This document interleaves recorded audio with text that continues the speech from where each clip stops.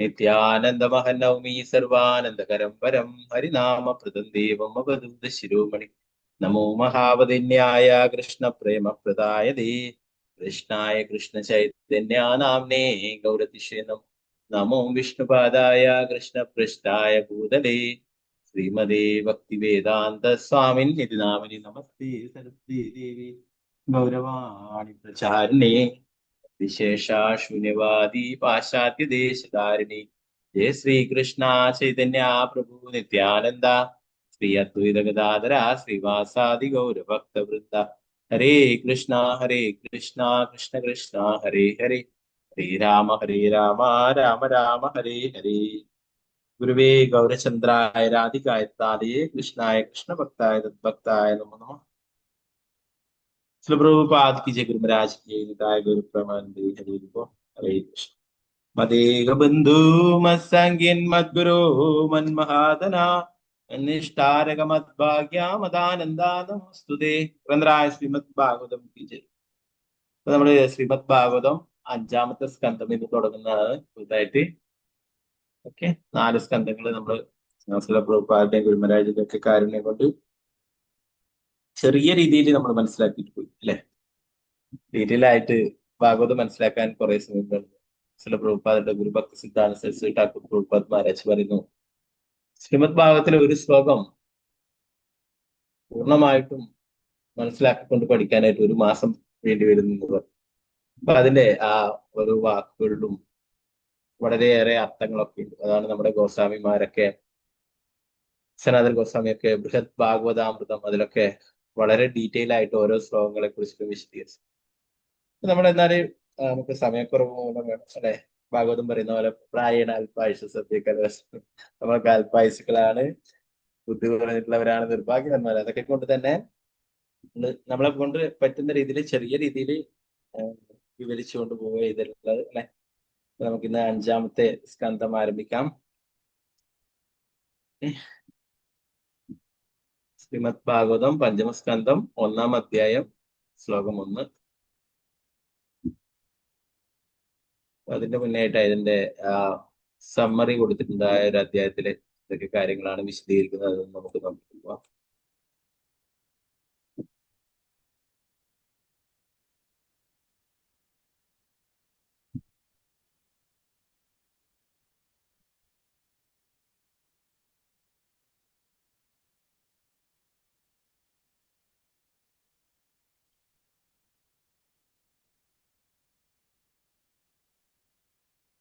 Screen കാണാലോ അല്ലെ. ഹരേ കൃഷ്ണ. കാണാം പ്രജി. ഹരേ കൃഷ്ണ. കാണാം. 5ാം സ്കന്ധത്തിൽ 1-ാമത്തെ അധ്യായത്തിന്റെ പേര് പ്രിയവ്രത മഹാരാജാവിന്റെ കർമ്മങ്ങൾ അല്ലെ. 4-ാമത്തെ സ്കന്ധം അവസാനിപ്പിക്കാറായപ്പോൾ പറഞ്ഞു ഉത്താനപാദ രാജാവിന്റെ ആ പരമ്പരയെ കുറിച്ചിട്ടാണ് നേരത്തെ വിവരിച്ചത് അല്ലെ. സ്വയംഭൂ മനുവിൽ നിന്ന് തുടങ്ങുന്ന, പിന്നീട് ഇപ്പോഴ് 2-ാമത്തെ പുത്രനായിട്ടുള്ള പ്രിയവ്രത മഹാരാജാവിന്റെ, സ്വയംഭൂ മനുവിന്റെ പുത്രനായിട്ടുള്ള പ്രിയവ്രത മഹാരാജാവിന്റെ ആ പരമ്പരയെ കുറിച്ചിട്ടാണ് ഇനി വിവരിക്കുന്നത് എന്ന് പറയുന്നത് അല്ലെ.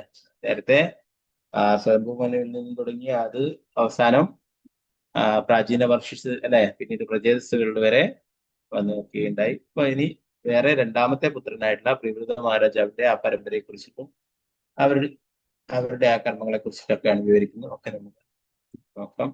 ഈ അധ്യായത്തിന്റെ സമ്മറി ഇവിടെ കൊടുത്തിരിക്കുന്നു. പ്രിയവ്രത രാജാവ് രാജകീയ ഐശ്വര്യവും പ്രതാപവും ആസ്വദിച്ച ശേഷം പൂർണ്ണ ജ്ഞാനത്തിലേക്ക് എങ്ങനെ തിരികെ പോയെന്ന് വിവരിക്കുന്നതാണ് ഈ അധ്യായം. പ്രിയവ്രത രാജാവ് ആദ്യം ഭൗതിക സമ്പത്തിനോട് വിരക്തനാവുകയും വീണ്ടും രാജ്യത്തോട് ആസക്തനാവുകയും അവസാനം പിന്നെയും ഭൗതിക ആസ്വാദനത്തിൽ വിരക്തനായി മോക്ഷം നേടുകയും ചെയ്തു. ഇത് ശ്രവിച്ച പരീക്ഷിത് രാജാവ് അത്ഭുത സ്തബ്ധനാവുകയും ഭൗതിക ആസ്വാദനത്തിൽ ആകർഷണമില്ലാത്ത ഭക്തൻ എങ്ങനെ വീണ്ടും എങ്ങനെ അതിൽ ആസക്തനായി തീരുമെന്ന ആശയക്കുഴപ്പത്തിലാവുകയും ചെയ്തു. അതിനാൽ അദ്ദേഹം അതിശയത്തോടെ ഇതേപ്പറ്റി ശുഭദേവ ഗോസ്വാമിയോട് അന്വേഷിച്ചു. എന്താ പറയുന്നത്? ഒരിക്കലേ എല്ലാം ഉപേക്ഷിച്ചിട്ട് പരിപൂർണ ജ്ഞാനം നേടുകയും ആധ്യാത്മിക പാതയിലേക്ക് പോവുകയുണ്ടായി. പിന്നീട് വീണ്ടും രാജ്യത്തോട് ആസക്തനാവുകയും ചെയ്തു. വീണ്ടും ഭൗതികതയിലേക്ക് തിരിച്ചു. പിന്നെ വീണ്ടും ഭൗതിക ആസ്വാദനത്തിൽ വിരക്തനായിട്ട് മോക്ഷം നേടുകയും ചെയ്തു. അപ്പൊ ഇതിനെ കുറിച്ചിട്ട് ഇത് കേട്ടപ്പോൾ പരീക്ഷിത് മഹാരാജാവിനെ അത്ഭുതമായി കൂടുതൽ അറിയാനായിട്ട് ആകാംക്ഷ ഉണ്ടായി. എങ്ങനെയാണ് എല്ലാ ഭൗതികമായിട്ടുള്ള കാര്യങ്ങളും ഉപേക്ഷിച്ചിട്ട് ആകർഷണമില്ലാത്ത ഒരു ഭക്തൻ വീണ്ടും എങ്ങനെയാണ് ഈ ഭൗതികമായിട്ടുള്ള വസ്തുക്കളിൽ ആസക്തനായി തീർന്നിട്ടുള്ളത് എന്ന് അതേക്കുറിച്ച് ശുകദേവ ഗോസ്വാമിയോട് ചോദിക്കുന്നതാണ്. ഇതിന് മറുപടിയായി ഭക്തിയുത സേവനം അതീന്ദ്രിയമായതിനാൽ ഏത് ഭൗതിക സാഹചര്യത്തിലും അതിൽ നിന്നും വ്യതിചലിക്കുവാൻ കഴിയില്ലെന്ന് ശുകദേവ ഗോസ്വാമി പറഞ്ഞു. പ്രിയവ്രത മഹാരാജാവിന് നാരദന്റെ ഉപദേശങ്ങളിൽ നിന്നും അതീന്ദ്രിയ ജ്ഞാനം ലഭിച്ചിരുന്നതിനാൽ അദ്ദേഹം ഒരു രാജാവിന്റെ ആഡംബരപൂർണമായ ആസ്വാദന ജീവിതത്തിൽ പ്രവേശിക്കുവാൻ ആഗ്രഹിച്ചിരുന്നില്ലെങ്കിലും ബ്രഹ്മദേവനെയും ദേവേന്ദ്രനെയും പോലുള്ള ദേവന്മാരുടെ അഭ്യർത്ഥന മാനിച്ച് രാജ്യഭരണം ഏറ്റെടുക്കുകയായിരുന്നു. പരമനിയന്താവിന്റെ പരമദിവോത്ത പുരുഷനായ ഭഗവാന്റെ നിയന്ത്രണത്തിലാണ് സകലതും. സർവരും അതിന് വിധേയമായി പ്രവർത്തിക്കണം. ഒരു കാള അതിന്റെ മൂക്ക് കയറിനാൽ നിയന്ത്രിക്കപ്പെടുന്നത് പോലെ എല്ലാ ബദ്ധാത്മാക്കളും ഭൗതിക പ്രകൃതിയുടെ വശീകരണ ശക്തിക്ക് വഴങ്ങി പ്രവർത്തിക്കുവാൻ നിർബന്ധിതരാകും. അതിനാൽ ഒരു പരിഷ്കൃത മനുഷ്യൻ വർണ്ണാശ്രമ ധർമ്മപ്രകാരം പ്രവർത്തിക്കുന്നു. ഭൗതിക രീതിയിലുള്ള ജീവിതത്തിൽ പോലും ഒരുവന് ഭൗതിക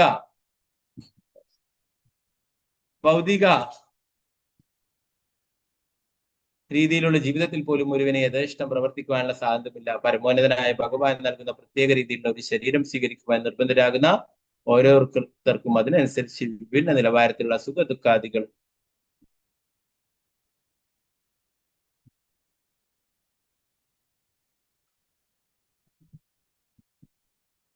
ലഭിക്കുന്നു. അതിനാൽ ഒരുവൻ കൃത്രിമമായ വീട് ഉപേക്ഷിച്ച് വനത്തിലേക്ക് പോയാലും വീണ്ടും ഭൗതിക ജീവിതത്തോട് ആസക്തിയുള്ളവനായി തീരും. കുടുംബജീവിതം ഇന്ദ്രിയ നിയന്ത്രണം പരിശീലിക്കുന്നതിനുള്ള ഒരു കോട്ടയോട് സാദൃശ്യം ചെയ്യപ്പെട്ടിരിക്കുന്നു. ഇന്ദ്രിയങ്ങൾ നിയന്ത്രണത്തിലായി കഴിയുമ്പോൾ ഒരുവന് ഗൃഹത്തിലോ വനത്തിലോ വസിക്കാം. രണ്ടും തമ്മിലൊരു വ്യത്യാസം.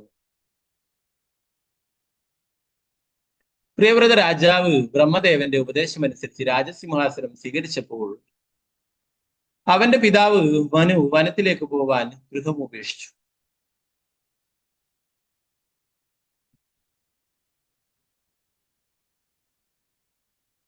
പ്രിയവ്രതൻ പിന്നീട് വിശ്വകർമാവിന്റെ പുത്രി ബർഹിഷ്മതിയെ വിവാഹം ചെയ്തു.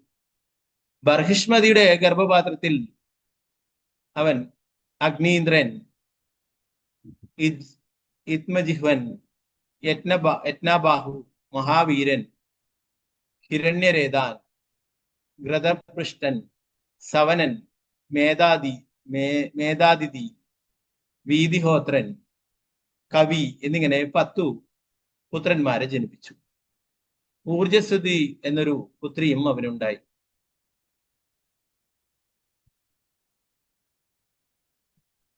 പ്രിയവ്രത രാജാവ് തന്റെ പത്നിയോടും കുടുംബത്തോടുമൊപ്പം അനേകായിരം സംവത്സരം ജീവിച്ചു. പ്രിയവ്രത മഹാരാജാവിന്റെ രഥത്തിന്റെ ചക്രപ്പാടുകൾ 7 സമുദ്രങ്ങളെയും 7 ദ്വീപുകളെയും സൃഷ്ടിച്ചു.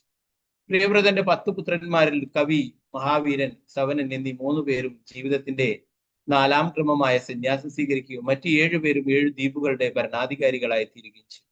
പ്രിയവ്രത മഹാരാജാവിന് ഒരു 2ാം പത്നി കൂടി ഉണ്ടായിരുന്നു. അവളിൽ അവന് ഉത്തമൻ, രൈവതൻ, താമസൻ എന്നീ 3 പുത്രന്മാരുണ്ടായി. അവരെല്ലാം മനുവിന്റെ പദവിയിലേക്ക് ഉയർത്തപ്പെട്ടു. പ്രിയവ്രത മഹാരാജാവ് മോക്ഷം നേടിയത് എങ്ങനെയെന്ന് ഇപ്രകാരം ശുകദേവ ഗോസ്വാമി വിവരിച്ചു. പ്രഭുപാദിച്ച് 1ാമത്തെ ശ്ലോകം നോക്കാം.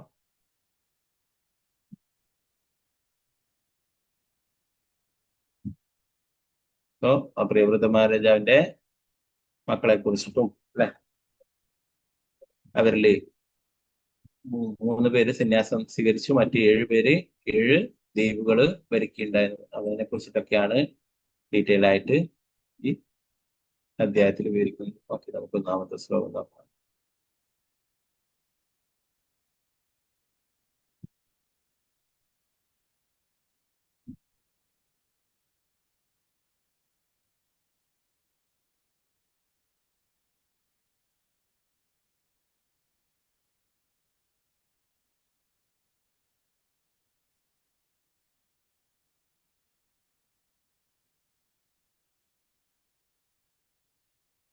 ഓം നമോ ഭഗവതേ വാസുദേവായ. രാജോവാച പ്രിയവ്രതോ ഭാഗവത ആത്മാ രാമ കഥം മുനേ ഗൃഹേ അരമതവ്യന്മൂല കർമ്മബന്ധ പരാഭവഃ. രാജോവാച പ്രിയവ്രതോ ഭാഗവത ആത്മാ രാമ കഥം മുനേ ഗൃഹേ അരമദയന്മൂലഃ കർമ്മബന്ധ പരാഭവ.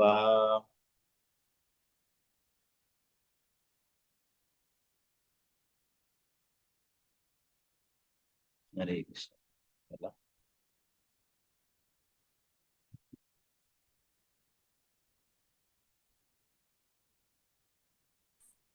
ഓം നമോ ഭഗവതേ വാസുദേവായ. ഓം നമോ ഭഗവതേ വാസുദേവായ. രാജോവാച പ്രിയവ്രതോ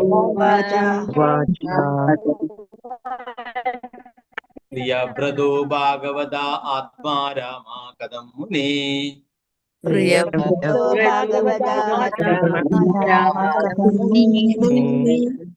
ഗൃഹേ അരമദയന്മൂല കർമ്മബന്ധ പരാഭവഃ.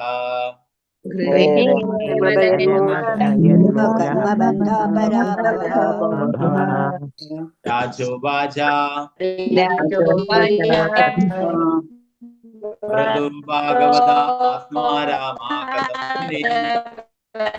വ്രതോ ഭാഗവത ആത്മാ രാമ കഥം മുനേ ഗൃഹേ അരമദയന്മൂല കർമ്മബന്ധ പരാഭവഃ.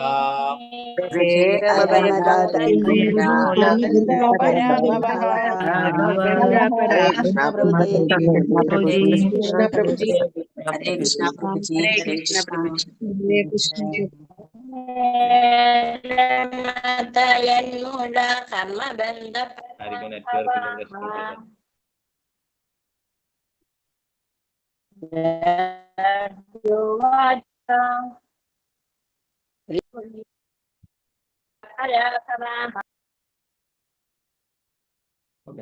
മാലതിശ്യാം ദേവദാസ് മധുജി ചൊല്ലിക്കുന്നു. ഹരേ കൃഷ്ണ. ഹരേ കൃഷ്ണ പ്രഭുജി. ഓം നമോ ഭഗവതേ വാസുദേവായ. രാജോവാച പ്രിയവ്രതോ ഭാഗവത ആത്മാ രാമ കഥം മുനേ ഗൃഹേ രമത ജന്മൂല കർമ്മബന്ധ പരാഭവഃ. ഹരേ കൃഷ്ണ പ്രഭുജി. ഹരേ കൃഷ്ണ. സുവർണപ്രഭ മാതാജി ചൊല്ലിക്കുന്നു. ഹരേ കൃഷ്ണ പ്രഭുജി. ഓം നമോ ഭഗവതേ വാസുദേവായ. രാജോവാച പ്രിയവ്രതോ ഭാഗവത ആത്മാ രാമ കഥം മുനേ ഗൃഹേ അരമത യന്മൂല കർമ്മബന്ധ പരാഭവഃ. ഹരേ കൃഷ്ണ പ്രഭുജി. ഹരേ കൃഷ്ണ.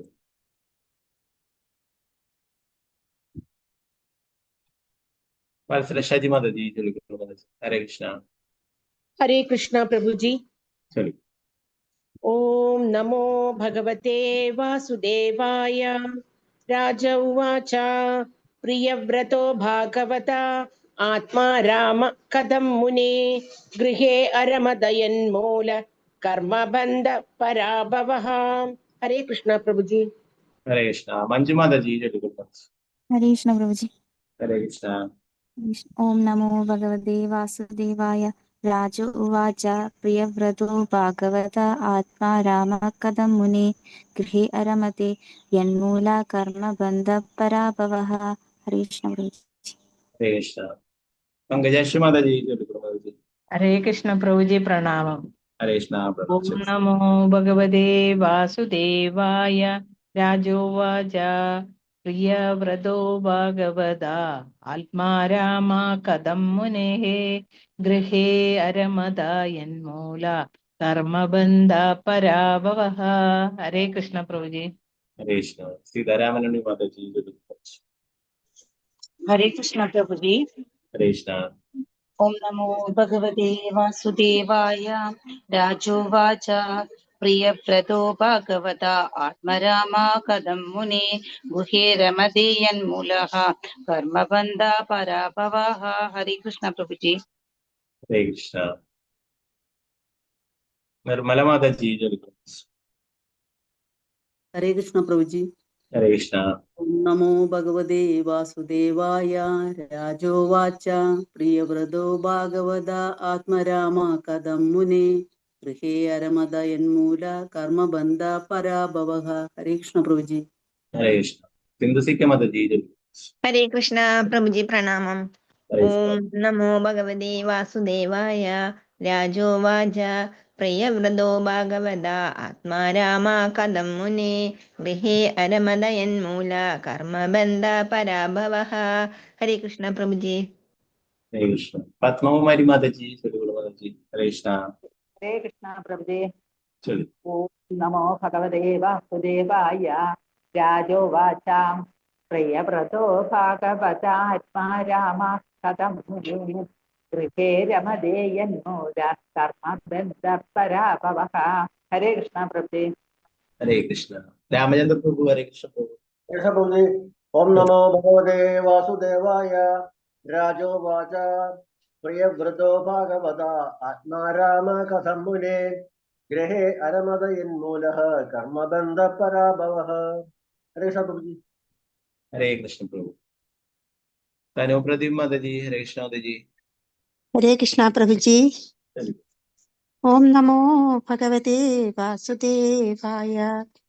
രാജോവാച പ്രിയവ്രതോ ഭാഗവത ആത്മാ രാമ കഥം മുനെ ഗൃഹേ രമതയന്മൂല കർമ്മബന്ധ പരാഭവഃ.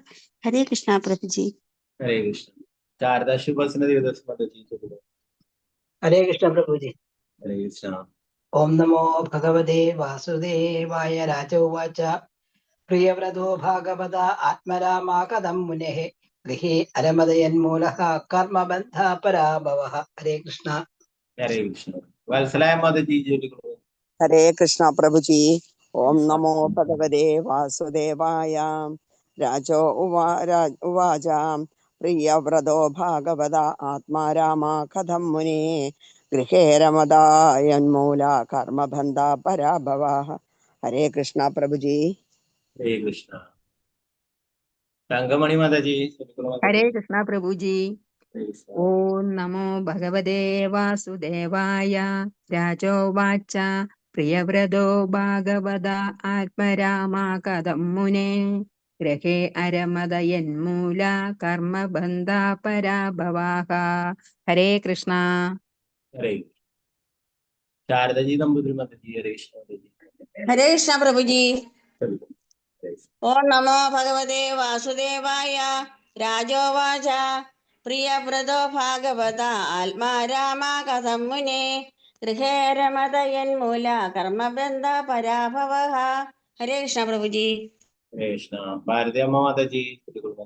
ഹരേ കൃഷ്ണ പ്രഭുജി. ഹരേ കൃഷ്ണ. ഓം നമോ ഭഗവതേ വാസുദേവായ. രാജോവാച പ്രിയവ്രതോ ഭാഗവത ആത്മാ രാമ കഥം മുനെ ഗൃഹേ അരമദയന്മൂല കർമ്മബന്ധ പരാഭവഃ. ഹരേ കൃഷ്ണ. ഹരേ കൃഷ്ണ. വസന്ത മാതാജി. ചൊല്ലു. ഹരേ കൃഷ്ണ പ്രഭുജി. ഹരേ കൃഷ്ണ.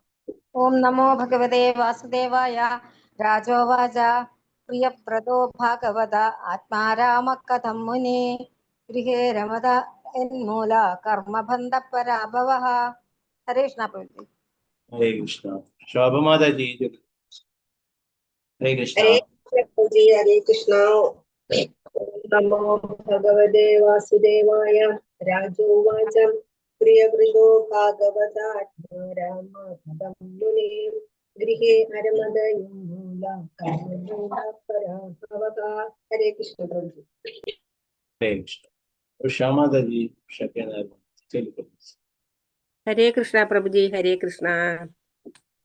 രാജോവാച പ്രിയവ്രതോ ഭാഗവത ആത്മരാമ കഥം മുനെ ഗൃഹേ രമദയന്മൂല കർമ്മബന്ധ പരാഭവഃ.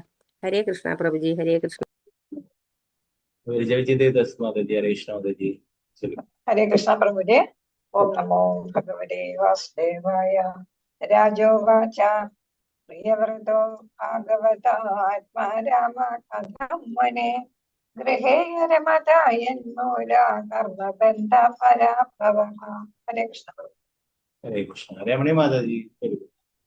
ഹരേ കൃഷ്ണ പ്രഭുജി. ഹരേ ഓം കൃഷ്ണ. നമോ ഭഗവതേ വാസുദേവായ. രാജോവാച പ്രിയവ്രതോ ഭാഗവത ആത്മരാമ കഥം മുനെ ഗൃഹേ അരമദയന്മൂല കർമ്മബന്ധ പരാഭവഃ. ഹരേ കൃഷ്ണ. ഹരേ കൃഷ്ണ. ആശാ ഗോപിനാഥ് മാതാജി. ചൊല്ലു. ഹരേ കൃഷ്ണ പ്രഭുജി. ചൊല്ലു. ഓം നമോ ഭഗവതേ വാസുദേവായ. राजोवाच प्रियव्रतो भागवत आत्मा रामकदं मुनि गृहे अरमदयन्मूला कर्मबन्धः पराभवः। हरे कृष्ण। हरे कृष्ण माताजी। विजयनारायण माताजी। हरे कृष्ण। हरे कृष्ण प्रभु जी। ओम नमो भगवते वासुदेवाय। राजोवाच प्रियव्रतो भागवत आत्मा राम कथं मुने गृहे अरमदयन्मूल कर्मबन्ध पराभवः। हरे कृष्ण प्रभु जी। हरे कृष्ण। वत्सला गोपालन माताजी। हरे कृष्ण प्रभु जी। ओम नमो भगवते वासुदेवाय। राजोवाच प्रियव्रतो भागवत आत्मा राम कथं मुने गृहे अरमदयन्मूल कर्मबन्ध पराभवः। हरे कृष्ण प्रभु जी। हरे कृष्ण। चित्राजी माताजी। हरे कृष्ण। हरे कृष्ण प्रभु जी। ओम नमो भगवते वासुदेवाय। राजोवाच प्रियव्रतो भागवत आत्मा राम कथं मुने गृहे अरमदयन्मूल कर्मबन्ध पराभवः। हरे कृष्ण प्रभु जी। हरे कृष्ण। अनिता माताजी।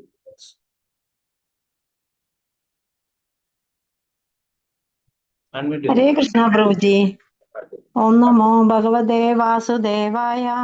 राजोवाच प्रियव्रतो भागवत आत्मा राम कथं मुने गृहे अरमदयन्मूला कर्मबन्ध पराभवः। हरे कृष्ण प्रभु जी। हरे कृष्ण। शोभा प्रदीप माताजी। हरे कृष्ण। हरे कृष्ण प्रभु जी। ओम नमो भगवते वासुदेवाय। राजोवाच प्रियव्रतो भागवत आत्मा राम कथं मुने गृहे ममदा यन्मूला कर्मबन्धा पराभवः। हरे कृष्ण। हरे कृष्ण। गीताटी माताजी। हरे कृष्ण प्रभु जी। हरे कृष्ण। ओम नमो भगवते वासुदेवाय।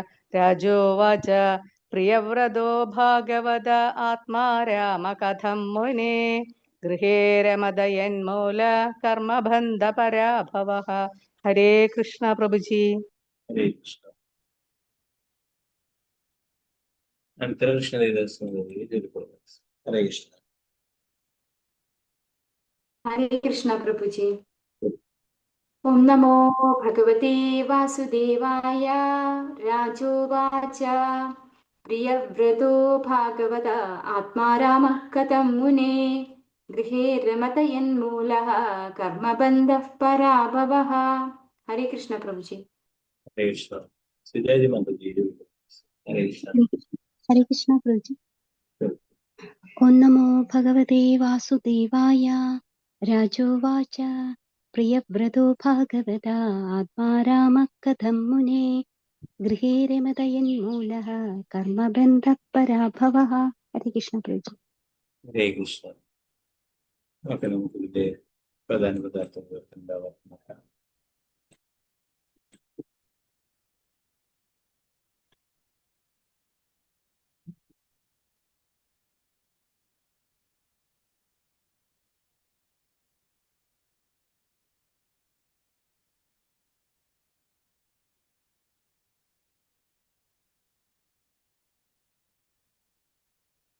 രാജോവാച, പരീക്ഷിത്ത് രാജാവ് പറഞ്ഞു, പ്രിയവ്രത, പ്രിയവ്രതം രാജാവ്, ഭാഗവത, മഹാഭക്തൻ, ആത്മാരാമ, ആത്മസാക്ഷാത്കാരത്തിൽ ആനന്ദം കണ്ടെത്തുന്നവൻ, കഥം എന്തുകൊണ്ട്, മുനെ അലയോ മഹാമുനെ, ഗൃഹേ ഗൃഹത്തിൽ, അരമത ആസ്വദിച്ചു, യത് മൂലഹ ഏതിനെ മൂലകാരണമായി, കർമ്മബന്ധ പലേച്ഛ കർമ്മങ്ങളുടെ ബന്ധനം, പരാഭവ ഒരുവന്റെ മനുഷ്യദൗത്യത്തിന്റെ പരാജയം. പ്രവർത്തനം ഭാവാർത്ഥമേ ഭക്തിവേദാന്ത സ്വാമി ശ്രീ പ്രഭുപാദ. സുഖദേവ ഗോസ്വാമിയുടെ പരീക്ഷിത് മഹാരാജാവ് അന്വേഷിച്ചു, അല്ലയോ മഹാമുനെ, ആത്മസാക്ഷാത്കാരം സിദ്ധിച്ചവനും ഭഗവാന്റെ ഭക്തനുമായിരുന്നിട്ടും പ്രിയവ്രത രാജാവ് എന്തുകൊണ്ടാണ് കർമ്മബന്ധനത്തിനും അഥവാ ഫലകാംക്ഷ കർമ്മങ്ങൾക്ക് മനുഷ്യ ജീവിതത്തിന്റെ പരാജയത്തിനും മൂലകാരണമായ ഗൃഹസ്ഥ ജീവിതം തുടർന്നത്? ഭാവാർത്ഥമേസി ഭക്തിദാന്ത സ്വാമി സുലഭ്രൂപാദി. പ്രിയവ്രത രാജാവിന് നാരദമുനി ജീവിത കർത്തവ്യത്തെക്കുറിച്ച് പരിപൂർണമായ ഉപദേശങ്ങൾ നൽകുന്ന 4-ാം സ്കന്ധത്തിൽ ശുകദേവ ഗോസ്വാമി വിശദമാക്കുന്നു. സ്വന്തം ആത്മാവിനെ സാക്ഷാത്കരിക്കുകയും ക്രമാനുഗതമായി ഭഗവത്ധാമത്തിലേക്ക് ഭഗവാനിലേക്ക് മടങ്ങിപ്പോവുകയുമാണ് ഒരുവന്റെ ജീവിത ലക്ഷ്യം. നാരദമുനി ഈ വിഷയത്തിൽ പരിപൂർണമായ ഉപദേശം നൽകിയിട്ടും അവൻ എന്തുകൊണ്ടാണ് ഭൗതിക ജീവിതത്തിലെ ബന്ധനത്തിന് മുഖ്യ ഹേതുവാകുന്ന ഗൃഹസ്ഥ ജീവിതത്തിലേക്ക് വീണ്ടും പ്രവേശിച്ചത്? പ്രിയവ്രത രാജാവ് സാക്ഷാത്കാരം സിദ്ധിച്ച ആത്മാവ് മാത്രമല്ല ഭഗവാന്റെ മഹാഭക്തനുമായിരുന്നിട്ടും ഗൃഹസ്ഥ ജീവിതത്തിൽ തുടർന്നതിൽ പരീക്ഷിത് മഹാരാജാവ് വല്ലാതെ അതിശയിച്ചു. ഒരു ഭക്തന് വാസ്തവത്തിൽ ഗൃഹസ്ഥ ജീവിതത്തിൽ ഒരാകർഷണവും ഉണ്ടാകില്ലെങ്കിലും പ്രിയവ്രത രാജാവ് അമ്പരപ്പിക്കും വിധം ഗൃഹസ്ഥ ജീവിതം അമിതമായി ആസ്വദിച്ചു. ഗൃഹസ്ഥ ജീവിതം ആസ്വദിക്കുന്നതിൽ എന്താണ് അപരാധം എന്ന് ഒരുവൻ ബാധിച്ചേക്കാം. ഗൃഹസ്ഥ ജീവിതത്തിൽ ഒരുവൻ ഫലം പ്രതീക്ഷിച്ച് ചെയ്യുന്ന കർമ്മങ്ങളുടെ ഫലങ്ങളാൽ ബന്ധിതനാകുമെന്നാണ് ഉത്തരം. ഗൃഹസ്ഥ ജീവിതത്തിന്റെ സത്ത ഇന്ദ്രിയാസ്വാദനമാണ്. ഇന്ദ്രിയങ്ങളെ സംതൃപ്തിപ്പെടുത്തുന്നതിന് വേണ്ടി കഠിനാധ്വാനം ചെയ്യുന്നതിൽ മനസ്സിനെ വ്യഗ്രമാക്കുന്നിടത്തോളം ഒരുവൻ അവന്റെ ഫലേച്ഛാ പ്രവൃത്തികളുടെ പ്രതിപ്രവർത്തനങ്ങളാൽ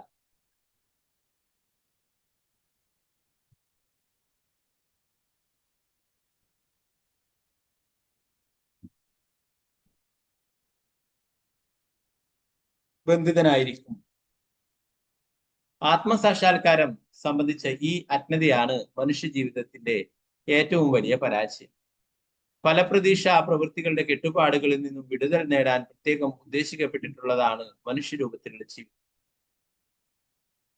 പക്ഷെ ഒരു മനുഷ്യൻ അവന്റെ ജീവിത ദൗത്യത്തെക്കുറിച്ച് വിസ്മൃതനാവുകയും കേവലം ഒരു സാധാരണ ജന്തുവിനെ പോലെ ഭക്ഷണം, നിദ്ര, മൈഥുനം, പ്രതിരോധം എന്നിവയ്ക്ക് വേണ്ടി മാത്രം ജീവിക്കുകയും ചെയ്യുമ്പോൾ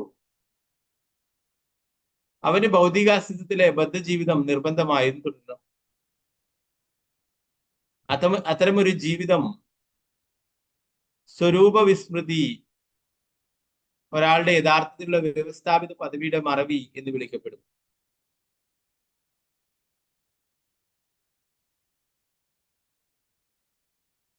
അതുകൊണ്ട് വൈദിക സംസ്കാരത്തിൽ ഒരുവന്റെ ജീവിതത്തിന്റെ ആരംഭം മുതലേ ബ്രഹ്മചര്യം പരിശീലിപ്പിക്കപ്പെടുന്നു. ഒരു ബ്രഹ്മചാരി തപസ്സനുഷ്ഠിക്കുകയും ലൈംഗിക പ്രേരണകളിൽ നിന്നും ഒഴിഞ്ഞു നിൽക്കുകയും വേണം. അതിനാൽ ബ്രഹ്മചര്യ തത്വങ്ങൾ സമഗ്രമായി പരിശീലിപ്പിക്കുന്ന വർഷം ഒരുവൻ സാധാരണഗതിയിൽ ഗൃഹസ്ഥ ജീവിതത്തിൽ പ്രവേശിക്കില്ല. അങ്ങനെയുള്ള ഒരുവനെ ആജീവനാന്തം അവിവാഹിതനായി ജീവിക്കുന്നവൻ എന്ന അർത്ഥം വരുന്ന നൈഷ്ഠിക ബ്രഹ്മചാരി എന്ന് വിളിക്കും. പ്രിയവ്രത രാജാവ് നൈഷ്ഠിക ബ്രഹ്മചര്യ തത്വങ്ങൾ പരിശീലിച്ചിരുന്നിട്ടും ഗൃഹസ്ഥ ജീവിതത്തിൽ പ്രവേശിച്ചതാണ് പരീക്ഷിത് മഹാരാജാവിനെ അത്രയേറെ അമ്പരപ്പിച്ചത്. ഭാഗവത, ആത്മാരാമഹ എന്നീ വാക്കുകൾ ഈ ശ്ലോകത്തിൽ വളരെ അർത്ഥവത്താണ്. ഒരുവൻ പരമദിവ്യോത്തകൃഷ്ണനായ ഭഗവാനെ പോലെ ആത്മസംതൃപ്തനാണെങ്കിൽ അവനെ ആത്മാരാമൻ എന്ന് വിളിക്കുന്നു. സംതൃപ്തി പല വിധത്തിലുണ്ട്. കർമ്മികൾ അവരുടെ പല പ്രതീക്ഷാ കർമ്മങ്ങളിൽ സംതൃപ്തരാകുന്നു. ജ്ഞാനികൾ ബ്രഹ്മതേജസ്സിൽ അലിഞ്ഞു ചേരുന്നതിലാണ് സംതൃപ്തി. ഭക്തന്മാർക്ക് ഭഗവാന്റെ സേവനങ്ങളിൽ മുഴുകുന്നത്. ഭഗവാൻ പൂർണ്ണ ഐശ്വര്യവാനാകിയാൽ സ്വയം സംതൃപ്തനാണ്.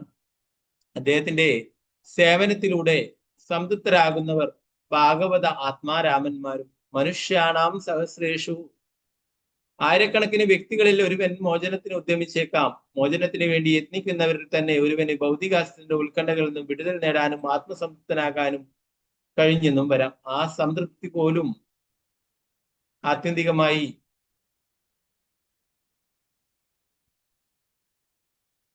ആത്യന്തികമായ സംതൃപ്തിയല്ല.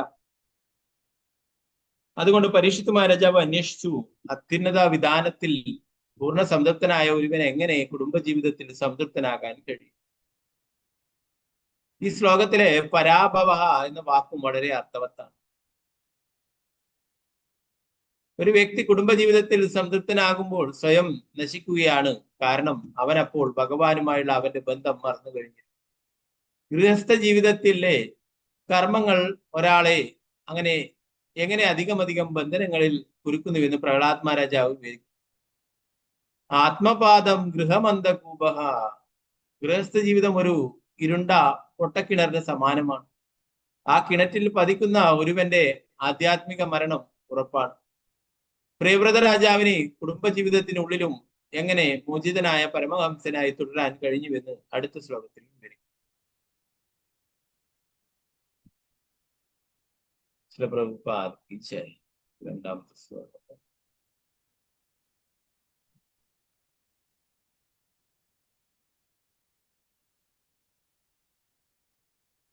ഓം നമോ ഭഗവതേ വാസുദേവായ.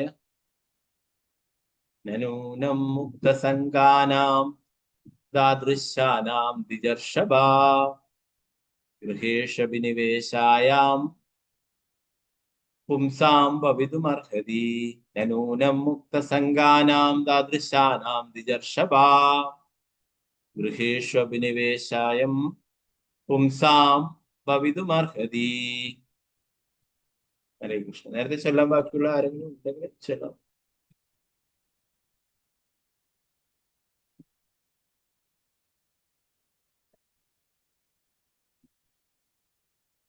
ഓക്കെ, നമുക്ക് പ്രധാന അല്ല നൂനം തീർച്ചയായും മുക്തസംഗാനാം ആകർഷണമുക്തരായവർ ദാദൃശാനാം അത്തരത്തിലുള്ള ദ്വിജ അല്ലയോ ബ്രാഹ്മണ ശ്രേഷ്ഠ ഗൃഹേഷു ഗൃഹസ്ഥ ജീവിതത്തിനെ അഭിനിവേശ അമിതാസക്തി അയം ഇത് പുംസാം വ്യക്തികളുടെ ഭവിതും ആയിരിക്കുക അർഹതി സാധ്യമാണ്. വിവർത്തനം ഭക്തന്മാർ നിശ്ചയമായും മുക്തരായ വ്യക്തികളാണ്. ആയതിനാൽ അല്ലയോ ബ്രാഹ്മണോത്തമ അവർക്ക് കുടുംബകാര്യങ്ങളിൽ മുഴുകാനാവില്ല.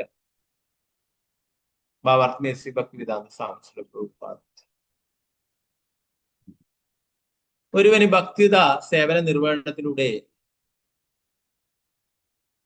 മനുഷ്യജീവിയുടെയും പരമദിവ്യോത്ത പുരുഷനായ ഭഗവാന്റെയും അതീന്ദ്രിയ പദവി മനസ്സിലാക്കാൻ കഴിയുമെന്ന് ഭക്തിരസാം സിന്ധു പറഞ്ഞു. പറയുന്നത് ഒരുവന് ഭക്തിയുത സേവന നിർവഹണത്തിലൂടെ മനുഷ്യജീവിയുടെയും പരമദിവ്യോത്ത പുരുഷനായ ഭഗവാന്റെയും അതീന്ദ്രിയ പദവി മനസ്സിലാക്കാൻ കഴിയുമെന്ന് ഭക്തിരസാം സിന്ധുകൾ പറയുന്നു. ഭക്തിയിലൂടെ അല്ലാതെ മറ്റൊരു മാർഗത്തിലൂടെയും പരമദിവ്യോത്ത പുരുഷനായ ഭഗവാനെ മനസ്സിലാക്കാൻ കഴിയും. ഭഗവാൻ ഇത് ശ്രീമദ് ഭാഗവതം 11:14-21 സ്ഥിരീകരിച്ചിരിക്കുന്നു. ഭക്ത്യാഹമ്യേകയാ ഗ്രാഹ്യക. ഭക്തിയുടെ സേവന നിർവഹണത്തിലൂടെ മാത്രമേ ഒരുവൻ എന്നെ വിവേചിച്ചറിയാൻ കഴിയൂ. അതുപോലെ ഭഗവത്ഗീത 18:55 കൃഷ്ണ ഭഗവാൻ സ്വയം പറയുന്നു, ഭക്ത്യാമാം അഭിജാനാതിഹി. ഭക്തിയുടെ സേവനത്തിലൂടെ ഒരാൾക്ക് എന്നെ അറിയാൻ സാധിക്കും. അതിനാൽ ഒരു ഭക്തനും അവന്റെ അനുചരന്മാരും മുക്തരാകിയാൽ അവർക്ക് കുടുംബകാര്യങ്ങളിൽ മുഴുകുവാൻ കഴിയില്ല. എല്ലാവരും ആനന്ദം അന്വേഷിക്കുകയാണ്. പക്ഷെ ഈ ഭൗതിക ലോകത്തിൽ ആർക്കും ഒരിക്കലും ആനന്ദം കണ്ടെത്താൻ കഴിയില്ല. അത് കണ്ടെത്താൻ ഭക്തിയുടെ സേവനത്തിലൂടെ മാത്രമേ സാധിക്കൂ. ഗൃഹസ്ഥ കാര്യങ്ങളിലുള്ള ആസക്തിയും ഭക്തിയുടെ സേവനവും ഒരേ സമയം പൊരുത്തപ്പെട്ടു പോകില്ല. അതുകൊണ്ട് പ്രിയവ്രത മഹാരാജാവ് ഒരേ സമയം ഭക്തിയുടെ സേവനത്തിലും ഗൃഹസ്ഥ കാര്യങ്ങളിലും പൊരുത്തപ്പെട്ട് ജീവിച്ചെന്ന് കേട്ട പരീക്ഷിത് മഹാരാജാവ് അമ്പരന്നു.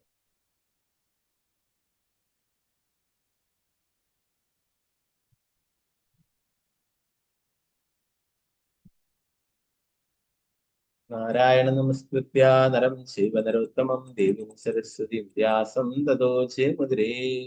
നഷ്ടപ്രായേഷു ഭദ്രേഷു നിത്യം ഭാഗവത സേവയാ ഭഗവതി ഉത്തമ ശ്ലോകേ ഭക്തിർഭവതി നൈഷ്ഠികേ. മൂകം കരോതി വാചാലം പങ്കും ലംഘയതേ ഗിരിം യത്കൃപാതമഹം വന്ദേ ശ്രീഗുരു ദീനതാരണം പരമാനന്ദ മാധവം ശ്രീചൈതന്യേശ്വരം. നമോ വിഷ്ണുപാദായ കൃഷ്ണപൃഷ്ഠായ ഭൂതലേ ശ്രീമദേ ഭക്തിവേദാന്ത സ്വാമിനി നാമിനി. നമസ്തേ സരസ്വതീ ദേവി ഗൗരവാണി പ്രചാരിണേ വിശേഷാശൂന്യവാദി പാശ്ചാത്യ ദേശധാരിണി. ജയ ശ്രീകൃഷ്ണ ചൈതന്യ പ്രഭു നിത്യാനന്ദ ശ്രീ അദ്വൈത ഗദാധര ശ്രീവാസാദി ഗൗരഭക്തവൃന്ദ. ഹരേ കൃഷ്ണ കൃഷ്ണ കൃഷ്ണ ഹരേ ഹരേ, ഹരേ രാമ രാമ രാമ ഹരേ ഹരേ. ഗുരുവേ ഗൗരചന്ദ്രായ രാധികായ ഗദാരിണി കൃഷ്ണായ കൃഷ്ണഭക്തായ തദ്ഭക്തായ നമഃ. ശ്രീ പ്രഭുപാദ് की जय. गुरुराज की जय. हरे कृष्ण.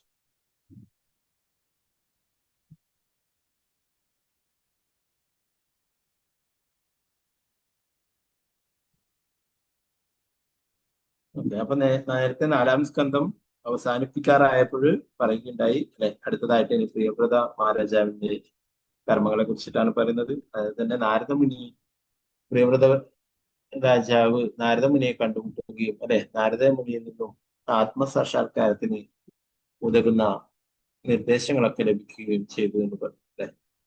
അത് പ്രകാരം പരിപൂർണ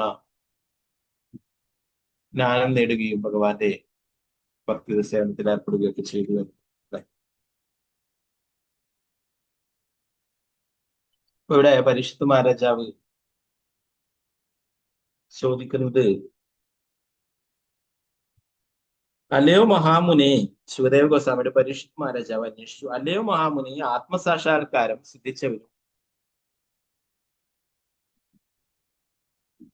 ഭഗവാന്റെ മഹാഭക്തനുമായിരുന്നിട്ടും പ്രിയവ്രത രാജാവ് എന്തുകൊണ്ടാണ് കർമ്മബന്ധനത്തിനും മനുഷ്യ ജീവിത ദൗത്യത്തിന്റെ പരാജയത്തിനും മൂലകാരണമായ ഗൃഹസ്ഥ ജീവിതം തുടർന്നത്? എന്താ ചോദിക്കുന്നത്? ഇത്രയൊക്കെ ആത്മസാക്ഷാത്കാരം ലഭിച്ചു, ഇത്രയൊക്കെ ശുദ്ധ ഭക്തനിൽ നിന്നും ഉപദേശങ്ങളൊക്കെ ലഭിച്ചു അല്ലെ, എന്നിട്ടും എന്തുകൊണ്ടാണ് ഭൗതികമായിട്ടുള്ള കാര്യങ്ങളിൽ മുഴുകിയിരിക്കുന്നത് എന്നാണ് ചോദിക്കുന്നത്. ഭൗതികമായിട്ടുള്ള കാര്യങ്ങളൊക്കെ എന്താണ്? കുടുംബജീവിതമൊക്കെ ഇവിടെ പറയുന്നു കർമ്മബന്ധനത്തിന് കാരണമാണ് അല്ലെ. ഇവിടെ പ്രഭുപാദര് ഭാവാർത്ഥത്തിൽ പറയുന്നുണ്ട്.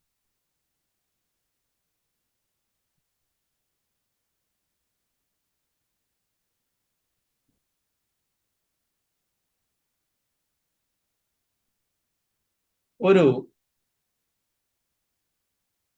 ഭക്തന് വാസ്തവത്തിൽ ഗൃഹസ്ഥ ജീവിതത്തിൽ ഒരാകർഷണവും ഉണ്ടാകില്ലെങ്കിലും പ്രിയവ്രത രാജാവ് അമ്പരപ്പിക്കും വിധം ഗൃഹസ്ഥ ജീവിതം അമിതമായി ആസ്വദിച്ചു. എന്ന് പറയുന്നത് ഒരു ഭക്തനെ ഗൃഹസ്ഥ ജീവിതത്തില് കൂടുതൽ താല്പര്യം ഉണ്ടാവില്ല, ആകർഷണം ഉണ്ടാവില്ല എന്ന്.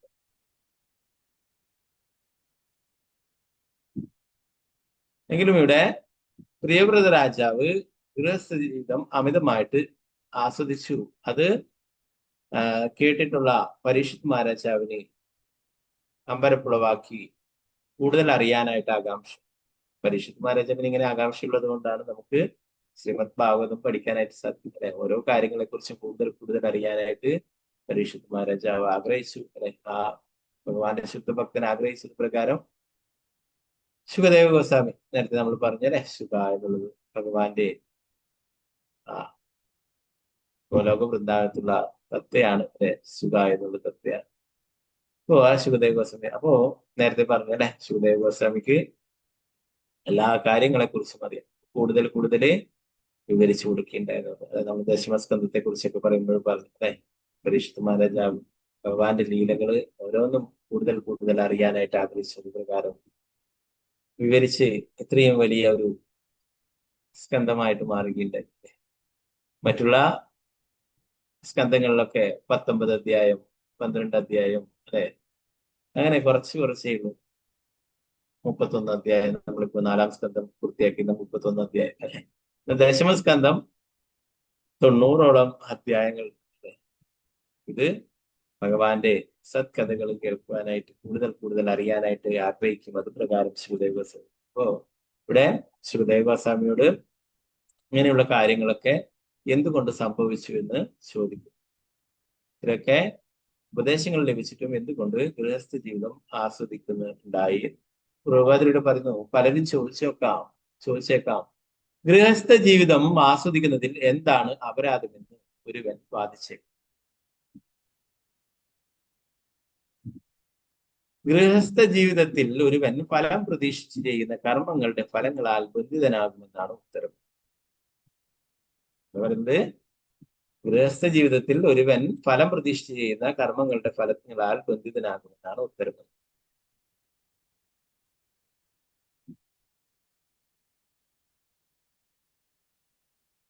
ഗൃഹസ്ഥ ജീവിതത്തിന്റെ സത്ത ഇന്ദ്രിയാസ്വാദനമാണ്. എന്താ പറയുന്നത്? ഗൃഹസ്ഥ ജീവിതം സ്വന്തം ഇന്ദ്രിയ ആസ്വാദനത്തിന് വേണ്ടിയിട്ടാണ്. എന്നാൽ ഒരു ഭക്തനെ സംബന്ധിച്ചിട്ട് നമ്മൾ നേരത്തെ പറഞ്ഞു അല്ലെ, നമ്മുടെ ഇന്ദ്രിയങ്ങളുടെ നാഥനായിട്ടുള്ള ഋഷികേശന്റെ സേവനത്തിൽ ഉൾപ്പെടുത്തുകയാണെങ്കിൽ അവിടെ ഈ പ്രശ്നം ഉദിക്കുന്നില്ല. നമ്മുടെ ഇന്ദ്രിയങ്ങളെ സംതൃപ്തമാക്കാൻ വേണ്ടിയിട്ട് പ്രയത്നിക്കുന്നത് കൊണ്ടാണ് ഇവിടെ കർമ്മബന്ധനത്തിന് ഹേതുവാകുന്നത്. ഭഗവാന്റെ ഇന്ദ്രിയങ്ങളെ സംതൃപ്തിപ്പെടുത്തുവാനായിട്ടാണ് നമ്മൾ ഭക്തി സേവനങ്ങൾ അനുഷ്ഠിക്കുന്നുണ്ടെങ്കിൽ ഒരിക്കലും ഇവിടെ ബന്ധനത്തിന് കാരണമാവില്ല. ഒരു സാധാരണ ഗൃഹസ്ഥൻ ചോദിച്ചേക്കാം എന്താണ് ഇതിന് തെറ്റ് എന്ന്. പ്രഭുപാദർ പറയുന്നു അതിനുള്ള ഉത്തരം എന്താണ്? ഫലം പ്രതീക്ഷിച്ച് ചെയ്യുന്ന കർമ്മങ്ങളാൽ ഇവിടെ തന്നെ ബന്ധിതനാകും, ജനിച്ചും മരിച്ചും കൊണ്ടേയിരിക്കും. ഗൃഹസ്ഥ ജീവിതത്തിന്റെ സത്ത ഇന്ദ്രിയ ആസ്വാദനമാണ്. ഇന്ദ്രിയങ്ങളെ സംതൃപ്തിപ്പെടുത്തുന്നതിന് വേണ്ടി കഠിനാധ്വാനം ചെയ്യുന്നതിൽ മനസ്സിനെ വ്യഗ്രമാക്കുന്നിടത്തോളം ഒരുവൻ അവന്റെ ഫലേച്ഛാ പ്രവൃത്തികളുടെ പ്രതിപ്രവർത്തനങ്ങളാൽ ബന്ധനത്തിലായിരിക്കും.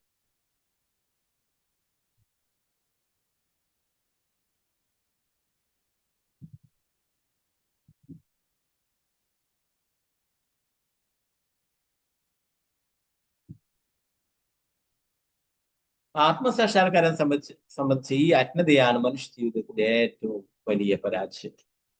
എന്താ പറഞ്ഞത്? മനുഷ്യ ജീവിതത്തിന്റെ ഏറ്റവും വലിയ പരാജയം എന്താണ്? ആത്മസാക്ഷാത്കാരത്തെ സംബന്ധിച്ചുള്ള അജ്ഞത, ആധ്യാത്മിക വിഷയങ്ങളിൽ താല്പര്യമില്ലായ്മ.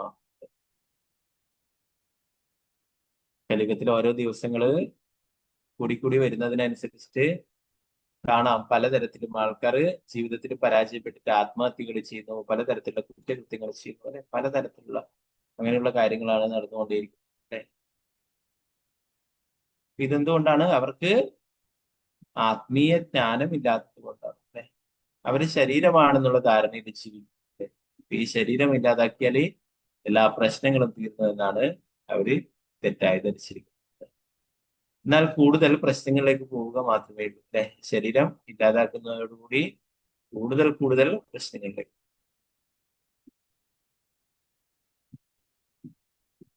ശരീരം ഉണ്ടെങ്കിൽ എന്താണ്? ആ കർമ്മഫലങ്ങളൊക്കെ തീർത്ത്, അല്ലെ? ഈ ശരീരത്തിൽ വെച്ച് അനുഭവിച്ച് തീർക്കേണ്ട കർമ്മഫലങ്ങളൊക്കെ ഇവിടെ നിന്ന് തീർത്താൽ അതിന്റെ തോത് കുറഞ്ഞു കിട്ടും, അല്ലെ? ശരീരം ഇല്ലാതാക്കുന്നത് എന്താണ്? ആ കർമ്മഫലങ്ങളൊക്കെ വീണ്ടും അനുഭവിക്കേണ്ടതായിട്ട് വരും.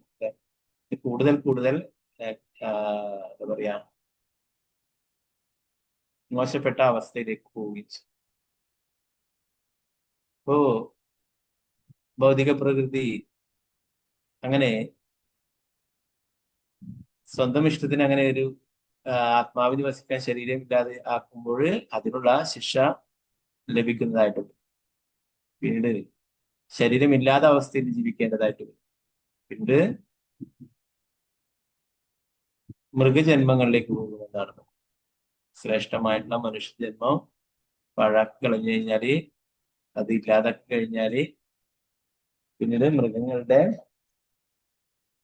ജീവിത നിലവാരത്തിലേക്ക് അത് പതിക്കുമെന്ന് പറയും.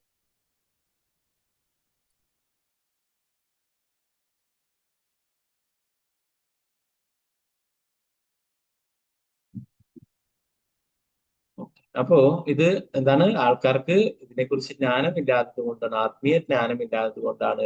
അതാണ് മനുഷ്യരുടെ ഏറ്റവും വലിയ പരാജയം എന്ന് പ്രഭുപാദർ. പല പ്രതീക്ഷാ പ്രവൃത്തികളുടെ കെട്ടുപാടുകളിൽ നിന്നും വിടുതൽ നേടാൻ പ്രത്യേകം ഉദ്ദേശിക്കപ്പെട്ടുള്ളതാണ് മനുഷ്യരൂപത്തിലുള്ള ജീവിതം. പക്ഷെ ഒരു മനുഷ്യൻ അവന്റെ ജീവിത ദൗത്യത്തെ കുറിച്ച് വിസ്മൃതനാകും. കേവലം ഒരു സാധാരണ ജന്തുവിനെ പോലെ ഭക്ഷണം, നിദ്ര, മൈഥുനം, പ്രതിരോധം എന്നിവയ്ക്ക് വേണ്ടി മാത്രം ജീവിക്കുകയും ചെയ്യുമ്പോൾ അവന് ഭൗതികാശത്തിന്റെ ബദ്ധജീവിതം നിർബന്ധമായും തുടരണമെന്ന്. ഇതിൽ തന്നെ നമ്മൾ പഠിക്കും, ഈ 5-ാം സ്കന്ധത്തിൽ തന്നെ ഋഷഭദേവന്റെ ഉപദേശങ്ങളിൽ ഋഷഭദേവൻ പറയുന്നുണ്ട്, ജന്മം എന്ന് പറയുന്നത് ഭക്തിയുത സേവനങ്ങൾ അനുഷ്ഠിക്കുവാനാണെന്ന് തന്റെ പുത്രന്മാർക്ക് നൽകുന്ന അഞ്ച് ഋഷഭവാച നായം ദേഹോ ദേഹവാചാ നൃലോകി കഷ്ടാൻ കാമാനദ്ഗതേ വിഭുജായേ തപോ ദിവ്യം പുത്രകായേന സത്വം ശുദ്ധേ യസ്മാത് ബ്രഹ്മസൗഖ്യം തനന്തം തപോ ദിവ്യം പുത്രകായേന സത്വം. ഋഷഭദേവൻ പറഞ്ഞു. ഋഷഭദേവൻ അദ്ദേഹത്തിന്റെ പുത്രന്മാരോട് പറഞ്ഞു, എന്റെ പ്രിയപ്പെട്ട കുട്ടികളെ, ഈ ലോകത്തിൽ മനുഷ്യ ശരീരം നൽകപ്പെട്ടിട്ടുള്ള ജീവസത്തകൾ കേവലം ഇന്ദ്രിയ സംതൃപ്തിക്ക് വേണ്ടി മലം ഭക്ഷിക്കുന്ന നായ്ക്കളെയും പന്നികളെയും പോലെ രാപ്പകൽ ഒരുപോലെ കഠിനാധ്വാനം ചെയ്തത് പകരം ഭക്തിത സേവനത്തിന്റെ ദിവ്യ പദവി നേടുന്നതിന് തപശ്ചര്യകളും സുഖഭോഗ നിഷേധവും സ്വീകരിക്കണം. അത്തരം കർമ്മങ്ങളാൽ ഒരുവന്റെ ഹൃദയം ശുദ്ധമാക്കപ്പെടും. ഭക്തിത സേവനത്തിന്റെ ദിവ്യ പദവി പ്രാപിച്ചു കഴിഞ്ഞാൽ ഒരുവന് ഭൗതിക സന്തോഷങ്ങൾക്ക് അതീന്ദ്രിയവും ശാശ്വതവും പരമാനന്ദപൂർണമായ ജീവിതം നേടാൻ കഴിയും. എന്താ പറയുന്നത്? ഈ ശ്രേഷ്ഠമായിട്ടുള്ള മനുഷ്യജന്മം ലഭിച്ചിട്ടുള്ളത് നായ്ക്കളെയും പന്നികളെയും പോലെ ഇന്ദ്രിയ ആസ്വാദനത്തിന് വേണ്ടിയിട്ടുള്ളതല്ല എന്നാണ്. ഇതിനു വേണ്ടിയിട്ടാണ് തപോദിവ്യം, ദിവ്യമായിട്ടുള്ള തപശ്ചര്യകൾ അനുഷ്ഠിക്കുവാനായിട്ട് ധാരാളം വ്രതങ്ങളൊക്കെ. തപസ് എന്ന് പറയുന്നത് എന്താണ്? വ്രതങ്ങൾ എടുക്കുക, ഭഗവാന്റെ നാമം ജപിക്കുക. ഇന്നലെ രാധാഷ്ടമി അല്ലെ, ഉച്ചവരെ ഫാസ്റ്റ്, ഇതൊക്കെ തന്നെയാണ് തപശ്ചര്യകള്, വ്രതങ്ങള്. അല്ലാതെ തപസ് എന്ന് പറഞ്ഞിട്ട് നമ്മൾ കാട്ടിൽ പോയിട്ട് ഇരുന്നിട്ട് തപസ് ചെയ്യുന്നതല്ല തപസ്.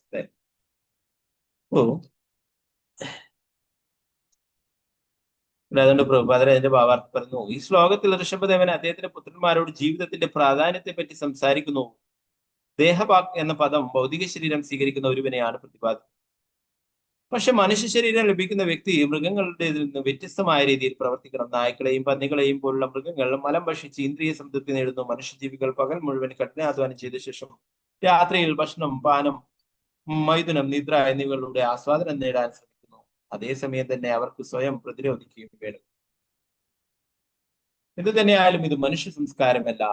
ആത്മീയ ജീവിതത്തിന്റെ പുരോഗതിക്ക് വേണ്ടി ക്ലേശങ്ങൾ സഹിക്കാൻ സന്നദ്ധമാകലാണ് മനുഷ്യ ജീവിതം.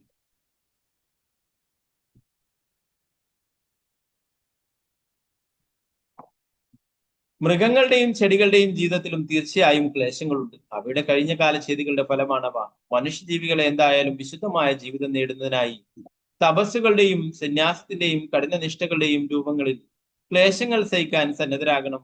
അങ്ങനെ വിശുദ്ധമായ ജീവിതം നേടിയതിനു ശേഷം അവർക്ക് ശാശ്വതമായി സന്തോഷം അനുഭവിക്കുവാൻ കഴിയും.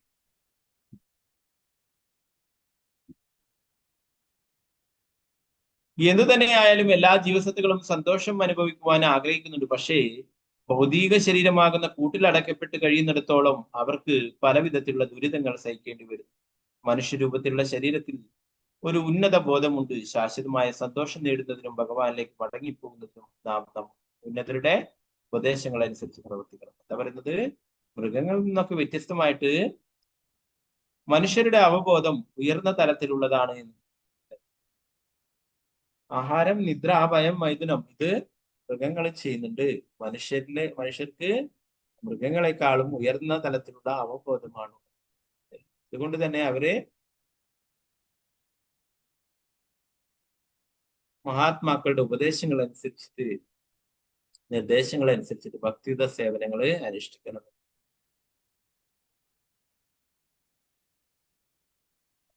അപ്പൊ ഭക്തിയുത സേവനങ്ങൾ അനുഷ്ഠിക്കാത്തത് കൊണ്ടാണ് നമ്മളിവിടെ ജനിച്ചും മരിച്ചും കൊണ്ടിരിക്കുന്നത്. ഇവിടെ പ്രഭുപാദർ പറഞ്ഞു,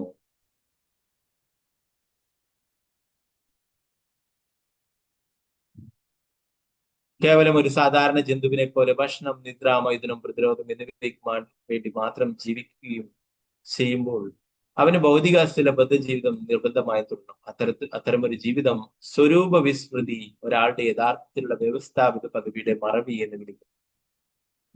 എന്താണ് നമ്മുടെ സ്വരൂപാവസ്ഥ? എന്താണ്? നമ്മൾ നേരത്തെയൊക്കെ ചരിതാമത്തിലൊക്കെ പഠിച്ചത്. നമ്മുടെ യഥാർത്ഥ സ്വരൂപാവസ്ഥ എന്താണ്? നമ്മള് ഭഗവാന്റെ നിത്യദാസനാണ്. ജീവേര സ്വരൂപഹായ കൃഷ്ണര നിത്യദാസ. നമ്മളൊക്കെ ഭഗവാന്റെ നിത്യദാസന്മാരാണെന്നുള്ളതാണ് യഥാർത്ഥമായിട്ടുള്ള സ്വരൂപാവസ്ഥ. ഇവിടെ ഭൗതിക ലോകത്തിന് വന്നിട്ട് മായയുടെ സ്വാധീനം കൊണ്ട് അത് നമ്മൾ മറന്നു. അതിനുശേഷം നമ്മൾ പലതരത്തിലുള്ള ആൾക്കാരുടെ ഈ ദാസനായിട്ട് മാറുന്നു. ഓഫീസിലൊക്കെ പോയി കഴിഞ്ഞാൽ ബോസിന്റെ ദാസനായിട്ട്, സേവകനായിട്ട് മാറുന്നു. അല്ലെ, വീട്ടിലാണെങ്കിൽ ഭാര്യ ഭർത്താവിന്റെ സേവകയാവുന്നു. അല്ലെങ്കിൽ അച്ഛനമ്മമാർ കുട്ടികളുടെ സേവക, അല്ലെങ്കിൽ കുട്ടികൾ അച്ഛനമ്മമാരുടെ സേവക. അപ്പൊ അങ്ങനെ ഭഗവാനുമായിട്ടുള്ള യഥാർത്ഥ ബന്ധം നമ്മൾ മറന്നു പോകുന്നു.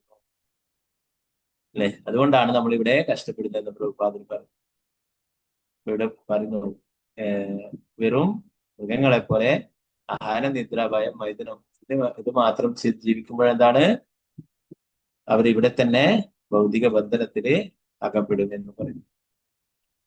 അത്തരമൊരു ജീവിതം സ്വരൂപ വിസ്മൃതി ഒരാളുടെ യഥാർത്ഥത്തിലുള്ള വ്യവസ്ഥാപിത പദവിയുടെ മറവി എന്ന് വിളിക്കും. അതുകൊണ്ട് വൈദിക സംസ്കാരത്തിൽ ഒരുവന്റെ ജീവിതത്തിന്റെ ആരംഭം മുതലേ ബ്രഹ്മചര്യം പരിശീലിക്കും.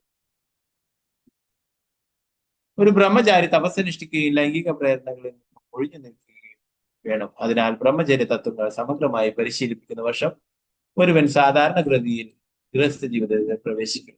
അങ്ങനെയുള്ള ഒരുവനെ ആജീവനാന്തം അവിവാഹിതനായി ജീവിക്കുന്നവന് അർത്ഥം വരുന്ന നൈഷ്ഠിക ബ്രഹ്മചാരി എന്നത്. പ്രിയവ്രത രാജാവ് നൈഷ്ഠിക ബ്രഹ്മചര്യ തത്വങ്ങൾ പാലിച്ചിരുന്നിട്ടും ഗൃഹസ്ഥ ജീവിതത്തിൽ പ്രവേശിച്ചതാണ് പരീക്ഷിത് മഹാരാജാവിനെ അത്രയേറെ അമ്പരപ്പിച്ചത്.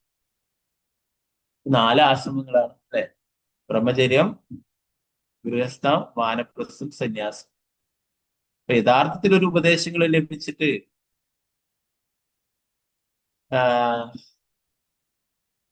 ബ്രഹ്മചാരിയായിട്ട് ജീവിക്കുന്ന ഒരാള് അദ്ദേഹം ആ ബ്രഹ്മചര്യ ആശ്രമം തന്നെ തുടരാനായിട്ട് ആഗ്രഹിക്കുന്നു. അങ്ങനെയുള്ളവരെ നൈഷ്ഠിക ബ്രഹ്മചാരികൾ.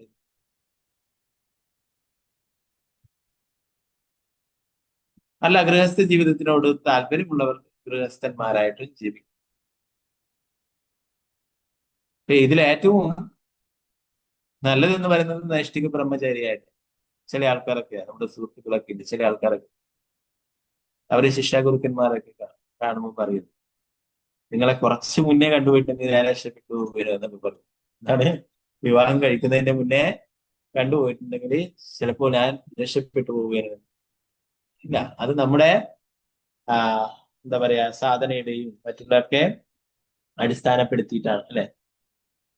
അപ്പോ പലപ്പോഴും പല ബ്രഹ്മചാരികളൊക്കെ ഗൃഹസ്ഥരായിട്ടുള്ള ധാരാളം ആൾക്കാരുണ്ട്.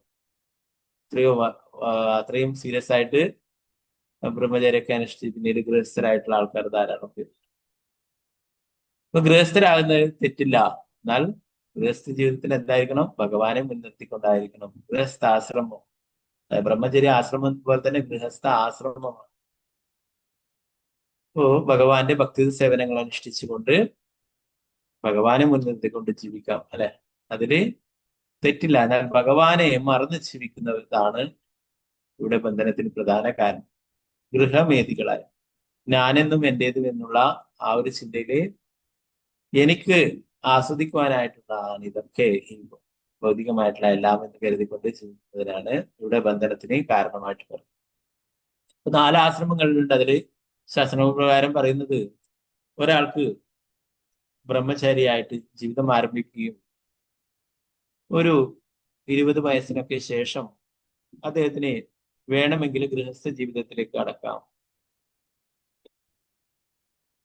ബ്രഹ്മചാരിയായി നിന്നിട്ട് മുഴുവൻ സമയവും ഭൗതിക കാര്യങ്ങളെ കുറിച്ച് ചിന്തിക്കുന്നതിൽ യാതൊരു അർത്ഥവുമില്ല. ഒരു സീനിയർ ആയിട്ടുള്ള വിഷ്ണു പറയും, ബ്രഹ്മചാരിയായി നിന്നിട്ട് സദാസമയവും അങ്ങനെയുള്ള ഭൗതികമായിട്ടുള്ള ചിന്തകൾ മനസ്സിൽ വരുന്നുണ്ടെങ്കിൽ എന്താണ്? അത് നല്ല ഗൃഹസ്ഥനായിട്ട് ജീവിക്കുന്നതാണ്. ബ്രഹ്മചാരിയുടെ ഡ്രസ് വിട്ടിട്ട് മറ്റുള്ള ഭൗതിക ചിന്തകൾ ഉണ്ടെങ്കിൽ എന്താണ്? അതിനെ കൊണ്ട് രണ്ടുമല്ലാത്ത ഒരവസ്ഥയിലായിട്ട് നമ്മുടെ ഗുരുമഹാരാജ് പറയും, ഒന്നിക്കൽ ബ്രഹ്മചാരിയാവുക അല്ല ഗൃഹസ്ഥനാവുക, അല്ലാതെ ബ്രഹ്മാസ്ത്രമാകരുത്.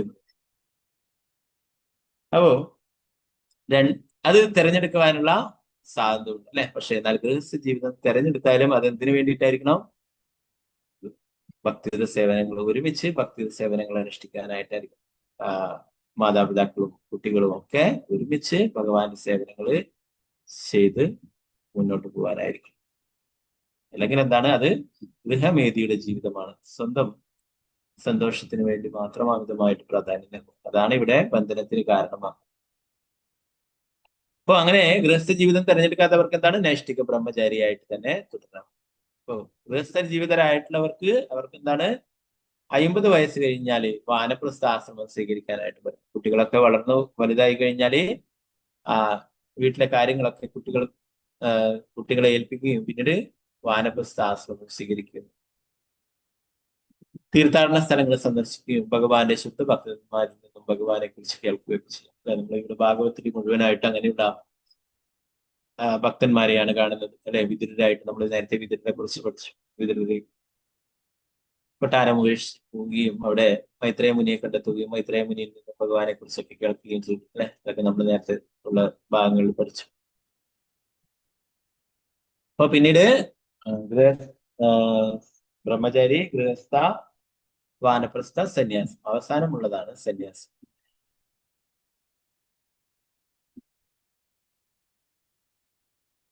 പ്രിയവ്രത രാജാവ് നൈഷ്ഠിക ബ്രഹ്മചര്യ തത്വങ്ങൾ പരിശീലിച്ചിരുന്നിട്ടും ഗൃഹസ്ഥ ജീവിതത്തിൽ പ്രവേശിച്ചതാണ് പരീക്ഷിത് മഹാരാജാവിനെ അത്രയേറെ അമ്പരപ്പിച്ചത്. നമ്മൾ നേരത്തെ ആ സമ്മറി നോക്കുമ്പോൾ പറഞ്ഞു, അത് ഗൃഹസ്ഥ ജീവിതത്തിൽ തന്നെ വീണ്ടും തുടർന്നത് ഭഗവാന്റെ ഇച്ഛ അനുസരിച്ചിട്ടാണെന്ന് നേരത്തെ നമ്മൾ സമ്മറി വായിക്കുമ്പോഴും വായിക്കേണ്ടത് അല്ലെ. അത് നമുക്ക് ഡീറ്റെയിൽ ആയിട്ട് പിന്നീട് വരുന്ന ഭാഗങ്ങളിൽ പഠിക്കും. ഭാഗവത, ആത്മാരാമഹ എന്നീ വാക്കുകൾ ഈ ശ്ലോകത്തിൽ വളരെ അർത്ഥവത്താണ്. ഒരുവൻ പരമദിവതുകൃഷ്ണനായ ഭഗവാനെ പോലെ ആത്മസംതൃപ്തനാണെങ്കിൽ അവനെ ആത്മാരാമൻ എന്ന് വിളിക്കുന്നു. സംതൃപ്തി പലതും. അപ്പോ ആത്മാരാമന്മാരെന്ന് ആത്മാവിൽ നിന്ന് തന്നെ സംതൃപ്തി, സന്തോഷം കണ്ടെത്തുന്നത്. ഇവിടെ ഈ ഭൗതിക ലോകത്തിലുള്ള മിക്കവാറും ആൾക്കാർ എന്താണ്, ഭൗതികമായിട്ടുള്ള വസ്തുക്കളിലാണ് സന്തോഷം കണ്ടെത്തുന്നത് അല്ലെ. എന്തെങ്കിലും പുതിയ വസ്തുക്കളൊക്കെ കിട്ടുമ്പോൾ നമുക്ക് സന്തോഷം ലഭിക്കും അല്ലെ. അതെന്താണ്?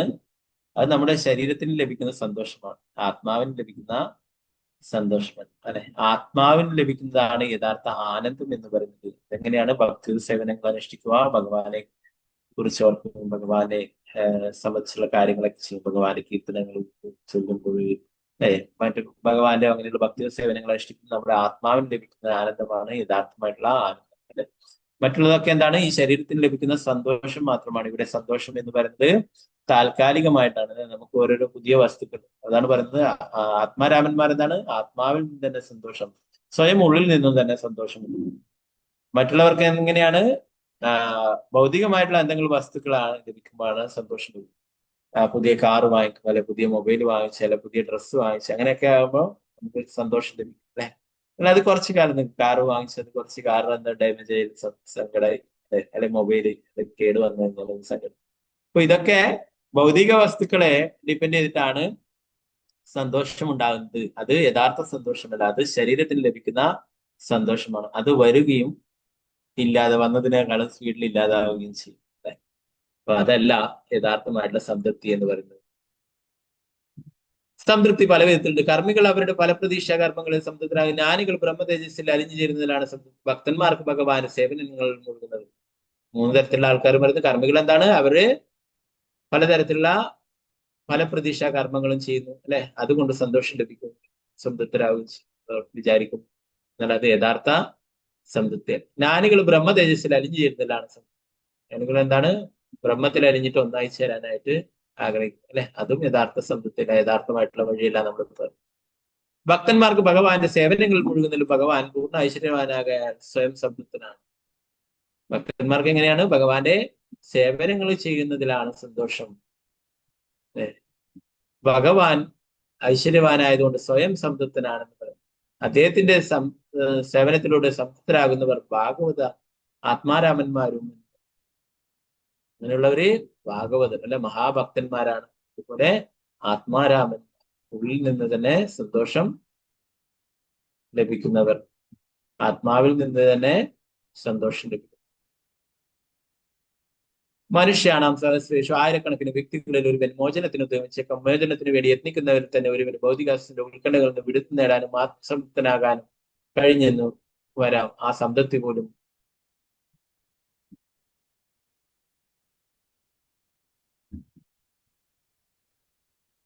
ആത്യന്തികമായ സംതൃപ്തിയല്ല. അതുകൊണ്ട് പരീക്ഷിത് മഹാരാജാവ് അന്വേഷിച്ചു, അത്യുന്നത വിധാനത്തിൽ പരിപൂർണ സംതൃപ്തനായ ഒരുവൻ എങ്ങനെ കുടുംബജീവിതത്തിൽ സംതൃപ്തനാകാൻ കഴിയും?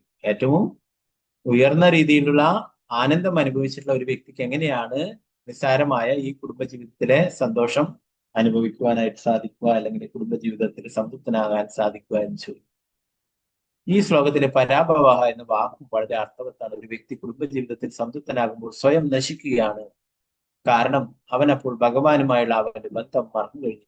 നേരത്തെ പറഞ്ഞത് അല്ലെ, സ്വരൂപാവസ്ഥ നമ്മൾ മറന്നു പോകും. അതാണ് വൃത്രാസുരൻ അദ്ദേഹത്തിന്റെ പ്രാർത്ഥനകളിൽ പറഞ്ഞു.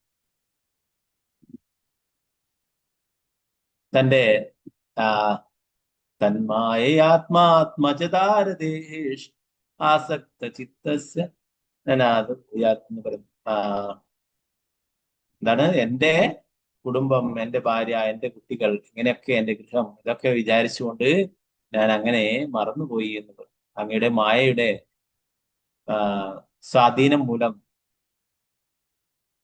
തന്മായാത്മാത്മജതാരഗേഹി ശ്വാസക്ത ചിത്തസ്യ അനാഥ ഭൂയാത്. അങ്ങയുടെ തന്നെ മായാശക്തിയുടെ സ്വാധീനം കൊണ്ട് എന്റെ വീട്, എന്റെ കുടുംബം, എന്റെ കുട്ടികൾ എന്നൊക്കെ കരുതി ഞാൻ അങ്ങയെ മറന്നുപോയി എന്ന്. അതുകൊണ്ട് ഇനി അങ്ങനെ ഒരു അവസ്ഥയിലേക്ക് ഞാൻ ഒരിക്കലും ആവരുത് അല്ലെ. അതുകൊണ്ടാണ് പറയുന്നത് ദാസാനുദാസോപവിദാസ്മി അഹം ഹരേ തവ പാദൈക മൂല ദാസാനുദാസോപവിദാസ്മി.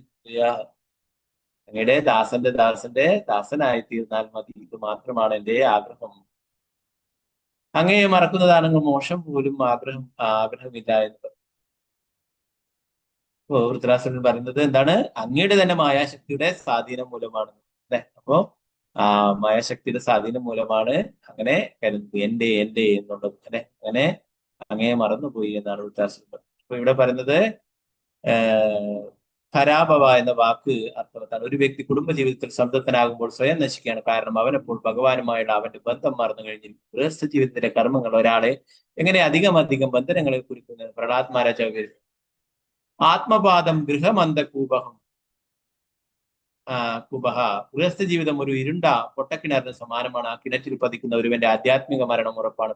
വൃതരാജാവിന് കുടുംബജീവിതത്തിനുള്ളിലും എങ്ങനെ മോചിതനായ പരമഹംസനായി തുടരാൻ കഴിഞ്ഞുവെന്ന് അടുത്ത ശ്ലോകത്തിൽ പ്രഹ്ലാദ് മഹാരാജ എന്ന് പറയുന്നതാണ് ഗൃഹമന്ദകൂപം എന്ന്. ഭക്തിയുത സേവനങ്ങൾ അനുഷ്ഠിക്കാതെയുള്ള ഗൃഹസ്ഥ ജീവിതം എന്ന് പറയുന്നത് ഇരുണ്ട പൊട്ടക്കിണറിൽ വീണതിന് സമമാണെന്ന് പറയുന്നു. അവിടുന്ന് ഒരിക്കലും രക്ഷപ്പെടുവാനായിട്ട് സാധിക്കില്ല. ഇത് ഗൃഹമേദികളെ ഉദ്ദേശിച്ചുകൊണ്ടാണ് പ്രഹ്ലാദ് മഹാരാജാവ് പറയുന്നത് ഭഗവാനെ മറന്ന് ജീവിക്കുന്നവർ അല്ലെ. എന്നാൽ ഗൃഹസ്ഥ ആശ്രമം ഭഗവാനെ മുൻനിർത്തിക്കൊണ്ട് ജീവിക്കുന്നത്, ആധ്യാത്മിക ഗുരുവിനെ സ്വീകരിച്ച് ആധ്യാത്മിക ഗുരുവിന്റെ നിർദ്ദേശങ്ങൾ അനുസരിച്ച് ഭക്തിയുടെ സേവനങ്ങൾ അനുഷ്ഠിക്കുന്നത് തീർച്ചയായിട്ടും വിജയപ്രദമായിട്ട് കാര്യം തന്നെയാണ്. ധാരാളം ആൾക്കാർ ഗൃഹസ്ഥരായുള്ള ആൾക്കാരാണ്. ശ്രീ ചൈതന്യ മഹാപ്രഭുവിന്റെ പാർഷദന്മാരായിട്ടുള്ളവരൊക്കെ നിത്യാനന്ദ പ്രഭു, അദ്വൈതാചാര്യര്, ഇവരൊക്കെ